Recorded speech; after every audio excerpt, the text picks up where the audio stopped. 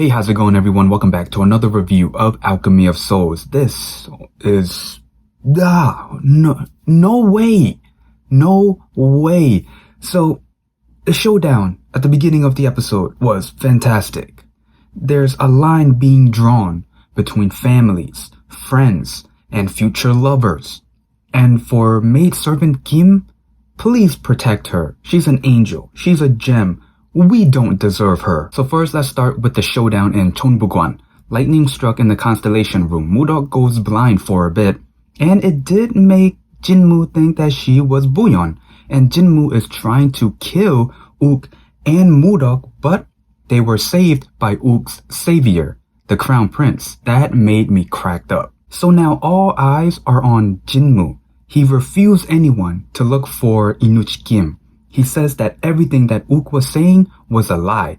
That's red flags, people. But Jinmu pulled out the Queen card and she arrived at Cheonbugwan and proved that Inuch Kim was alive. In my mind, I'm thinking, yeah, right. She's lying. But he entered the room. He's fine. He's alive. So the Queen used, well, I should say the shaman now. The Queen used the ice stone to bring back Inuch Kim after he was petrified by putting the ice stone in him. But then the Queen took it out of him after they were done, to prove their innocence, which makes sense. I mean, why would you waste a powerful item on him? So now our heroes know who possesses the ice stone, but the question still stands. Well, for me, that is.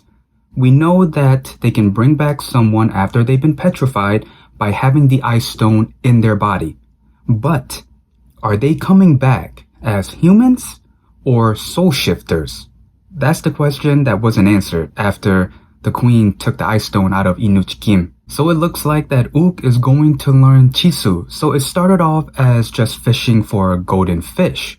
Whoever masters ChiSu or above can catch this golden fish. But Ook wasn't there to do actual fishing, and it wasn't really an actual fish. It was sort of the energy that you catch. And is it just me, or does the golden fish look like a sea bass? So now lines are being drawn between families, future lovers, and now friends. So first, Park Jin wasn't happy that Lady Jin's attitude towards Songrim changed, because ever since Jinmu promised her to find Booyeon, she has been on his side. This is also affecting Choyeon and Danggu. So for their situation, it's almost like a Romeo and Juliet type of storyline. And also, the dad from the Jin family, yeah, he was already on Jinmu's side, and he was there to make sure that Soi looked the part in playing Booyeon. And that's not the only line that was drawn. So first, Yul was gonna go back to the Soho fortress to train, but he wanted to bring someone with him. He wasn't gonna tell Ook the moment he said he was going back. He said to him, I'm gonna tell you when the time comes. And the time came the day of the final duel. Yul is Ook's final opponent, not the dude that Danggu replaced. And we all should have, well, I can't speak for everyone, but for me, I should have figured it out once they announced that the winner of that final duel was going to get MuDeok. Ook has to win this one, right? He has to. There's no way MuDeok is gonna go to the Soho fortress with Yul. So this was a pretty good episode and really showing us who is on whose side. I mean, you got the dad on Jinmu's side. I don't know what he would gain, to be honest. And looking at the dad's behavior, I have a feeling that's not the dad.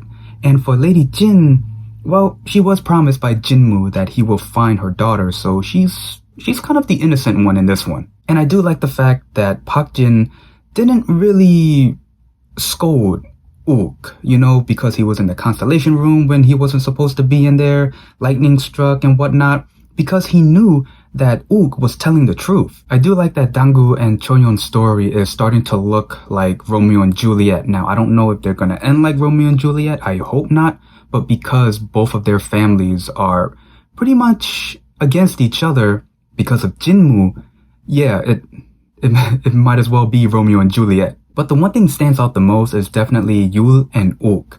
They're fighting for MuDeok. Yul, to be honest, Yul actually wants Naksu, not the actual MuDeok. But for Ook, Does he like Naksu or MuDeok? That's the thing. It's MuDeok's body with Naksu's personality. Oh yeah, speaking on whose side is who, the prince may be on Uk's side because he did sense something that was off.